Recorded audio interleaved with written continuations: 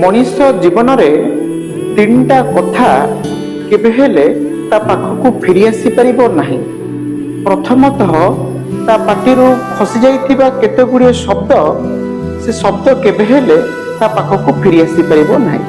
ଧରି ନିଆଯାଉ ଗୋଟେ ବନ୍ଧୁକୁ ମୁଁ କେତେ ଗୁଡ଼ିଏ କଟୁ କଥା କହିଦେଇଛି, ପରବର୍ତ୍ତୀ ମୁହୂର୍ତ୍ତରେ ସେ ବନ୍ଧୁ ପାଖରେ ପହଞ୍ଚି ଯେତେ ସାଲିସ ଯେତେ ନେହୁରା କଲେ ବି ସେ ଶବ୍ଦ ଗୁଡ଼ିକ କେବେ ହେଲେ ମୋ ପାଖକୁ ଫେରି ଆସିପାରିବ ନାହିଁ।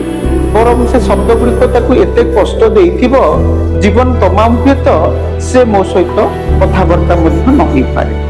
ଦ୍ୱିତୀୟତଃ ତୁମ ସହିତ ବିତିଥିବା ଅତୀତ ଗୁଡ଼ିକ କେବେ ହେଲେ ଫେରି ଆସିପାରିବ ନାହିଁ। ଧରି ନିଆଯାଉ ଗୋଟେ ମଣିଷ ବୃଦ୍ଧ ଅବସ୍ଥାକୁ ପହଞ୍ଚିଛି, ସେ ଭାବିବ ମୋର ଶୈଶବର ଅବସ୍ଥା ମୋ ପାଖକୁ ଫେରି ଆସୁ, ତାହା କେବେ ହେଲେ ସମ୍ଭବପର ହୋଇପାରିବ ନାହିଁ। ତୃତୀୟତଃ ମଣିଷଟିଏ ମରିଯିବା ପରେ ପରେ ତାର ଆତ୍ମା ତା ଶରୀରକୁ କେବେ ହେଲେ ଫେରି ଆସିପାରିବ ନାହିଁ। ଏ ତିନିଟା କଥା ମଣିଷ ପାଖକୁ ଆଉ ଥରେ କେବେ ହେଲେ ଫେରି ପାରିବ ନାହିଁ। ଜୟ ଜଗନ୍ନାଥ।